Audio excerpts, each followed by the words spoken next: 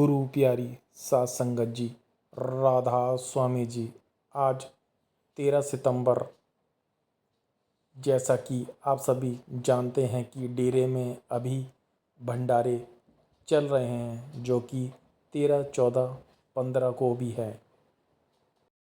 आज बाबा जी ने संगत के साथ सवाल जवाब किए और शाम 4 बजे बाबा जी और हुजूर जी स्टेज पर आ गए थे और उसके बाद बाबा जी ने संगत के साथ सवाल जवाब शुरू किए। आज बाबा जी की आवाज़ से ऐसा लग रहा था कि बाबा जी थोड़े थके हुए हैं। आज सुबह सत्संग में भी हुजूर जी अकेले ही पंडाल में आए थे और जब शाम को बाबा जी ने संगत के साथ सवाल जवाब किए तो संगत को खूब हंसाया। तब लग रहा था संगत को कि बाबा जी की तबीयत ठीक है और संगत के मन से सब डाउट क्लियर हो गए। एक बीवी कहने लगी कि बाबा जी, जब मैं छोटी थी तो मैं सोचा करती थी कि जब मैं बड़ी हो जाऊंगी तो मैं ज़रूरतमंदों और गरीबों की मदद किया करूंगी, लेकिन अब जब मैं बड़ी हो गई हूं तो सिर पर इतनी जिम्मेदारियां आ गई हैं कि जो मैंने बचपन में सोचा था वो मैं अब नहीं कर पा रही।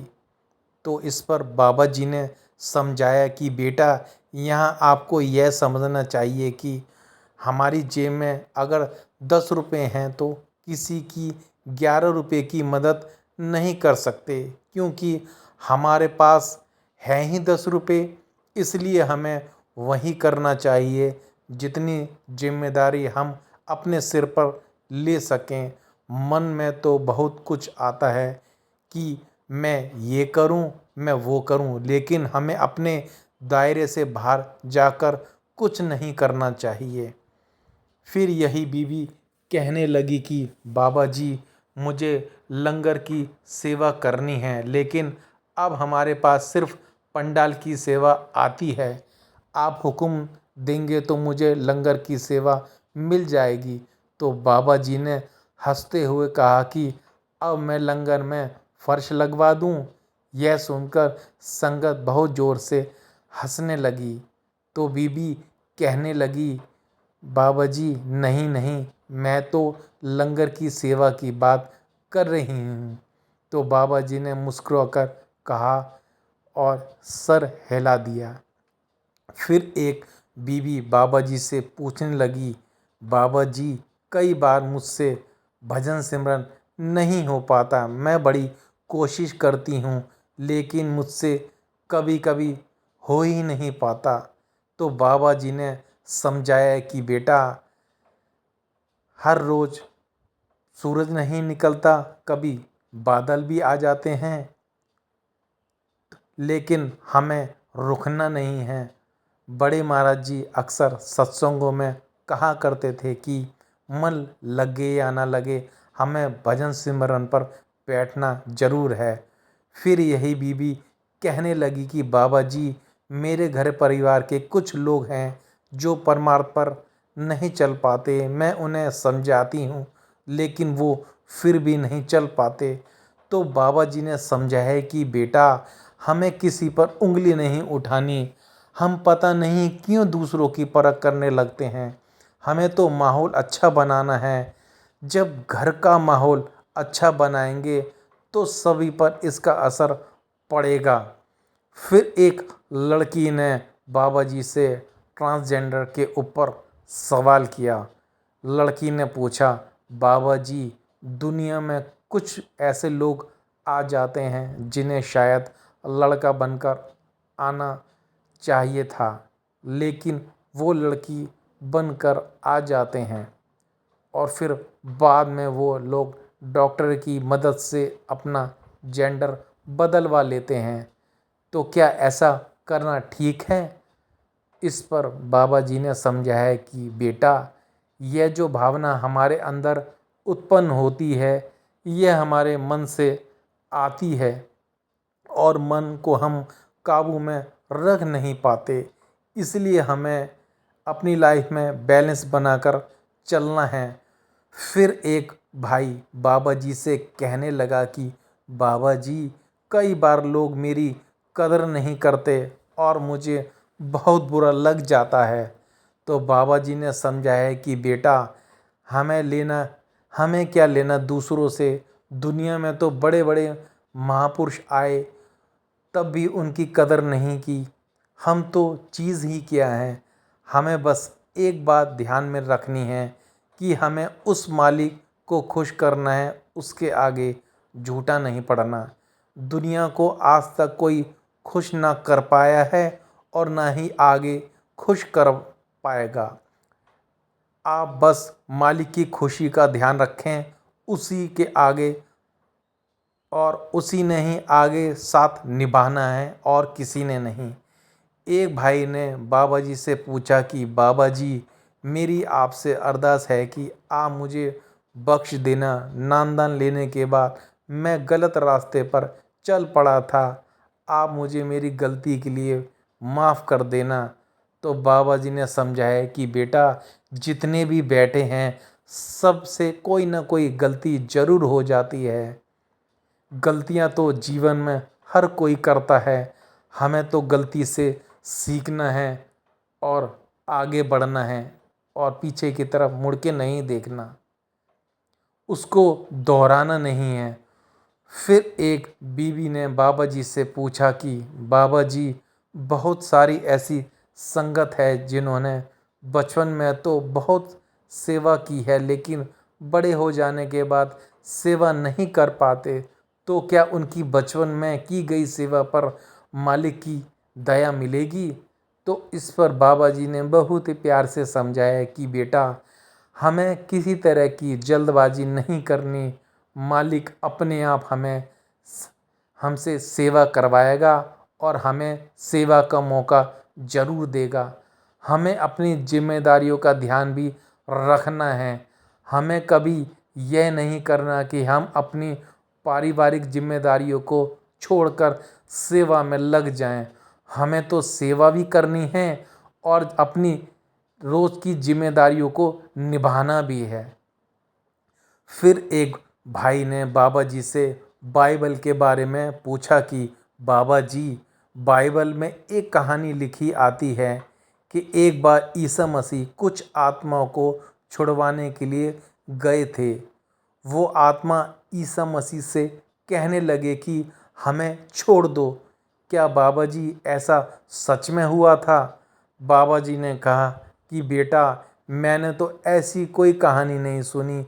मुझे तो बस इतना पता है कि कर्मों का भुगतान तो करना ही पड़ेगा। सब कुछ कर्मों का नतीजा होता है। अगर हम अपने शरीर को छोड़कर अपने असल घर चले जाएं तो इससे अच्छी और क्या बात होगी।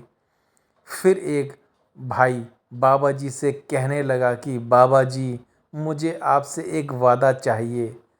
आप मुझे विश्वास दिलाओ कि आप ही मुझे लेने आओगे। तो बाबा जी ने कहा कि बेटा, मैं किसी को झूठी तसल्ली नहीं दूंगा। हम सब लफ्ज़ों में तो जाहिर कर देते हैं, लेकिन करनी में जाहिर नहीं करते। मालिक तो सबको लेने आता है, लेकिन जो करनी में जाहिर करते हैं उन्हें मालिक की पहचान जीते जी हो जाती है। इसलिए आप अपना भजन सिमरन करो और मालिक पर विश्वास रखो। फिर एक लड़का बाबा जी से पूछता है कि बाबा जी, मेरी मम्मी कहती है कि हम जो भी काम कर रहे हैं हमें उसके बारे में किसी को भी नहीं बताना चाहिए। तो क्या हमें ऐसा ही करना चाहिए? तो बाबा जी ने बड़े प्यार से कहा, बेटा, अब तू बड़ा हो गया है, अब अपने डिसीजन तू खुद क्यों नहीं लेता? लड़के ने हाँ बोल दिया। फिर बाबा जी ने हंसते हुए कहा कि लड़के पहले अपनी मम्मी की बात मानते हैं और उसके बाद अपनी पत्नी की बात मानने लगते हैं। यह सुनकर संगत ज़ोर ज़ोर से हंसने लगती है। फिर आगे बाबा जी ने कहा कि बेटा, अगर हम कोई अच्छा काम कर रहे हैं तो किसी से छुपाने की क्या ज़रूरत है। छुपाते तो वो हैं जो कोई गलत काम करते हैं। फिर एक बीबी कहने लगी कि बाबा जी, बहुत सारी संगत ऐसी है जो भजन सिमरन नहीं कर पाती, तो क्या मालिक उन्हें भी लेने आएगा। बाबा जी ने कहा कि बेटा, हम नहाना खाना पीना कुछ नहीं भूलते, हर रोज़ करते हैं, लेकिन जब मालिक के लिए समय देने की बारी आती है तो हम सब भूल जाते हैं और बैठते ही नहीं। हमें जो सेवा दी गई है, हमें बस उस पर ध्यान देना है, हमें किसी की परख नहीं करनी। भजन सिमरन में हमें क्या मिलेगा या क्या नहीं मिलेगा। फिर एक लड़की ने पंडाल में संगत को बहुत हंसाया। लड़की बाबा जी से कहने लगी कि बाबा जी, मुझे आपसे बहुत सारी बातें करनी हैं। तो बाबा जी कहने लगे कि बेटा, लड़कियों की बातें कभी ख़त्म होती हैं। तो लड़की कहने लगी, बाबा जी, जहाँ प्यार होता है तो क्या वहाँ हमें बताना चाहिए। तो बाबा जी ने लड़की की बात को समझते हुए लड़की को प्यार से समझाया। बाबा जी कहने लगे कि बेटा, हमने विदेशी कल्चर अपना लिया है। आई लव यू बोलकर हम सीधा कोर्ट में पहुंच जाते हैं। इस बात पर बाबा जी के साथ संगत भी बहुत ज़ोर ज़ोर से हंसने लगी। आगे बाबा जी ने कहा कि बेटा, जहाँ प्रेम होता है वहाँ क्या हमें बोलने की ज़रूरत होती है। फिर यही लड़की कहने लगी कि बाबा जी, एक लड़की का क्या वजूद होता है। तो बाबा जी ने हंसते हुए कहा कि बेटा, आजकल तो हर आदमी पर औरतें ही भारी पड़ रही हैं। संगत फिर से हंसने लगती है। फिर यही लड़की कहने लगी कि बाबा जी, आप मुझे सचखंड ले जाना। तो बाबा जी ने फिर से हंसते हुए कहा कि तू कौन, मैं खामखा।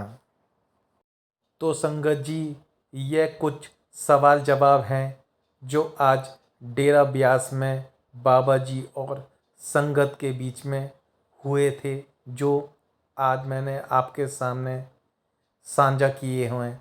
आशा करता हूँ कि इस सवाल जवाब में से हम सभी को कुछ न कुछ सीखने को ज़रूर मिलेगा। तो संगत जी, जल्दी ही मिलते हैं एक नई वीडियो और एक नए अपडेट के साथ। जब तक आप अपना और अपने परिवार का ध्यान रखिए। आप सभी को दोनों हाथ जोड़कर प्यार भरी राधा स्वामी जी।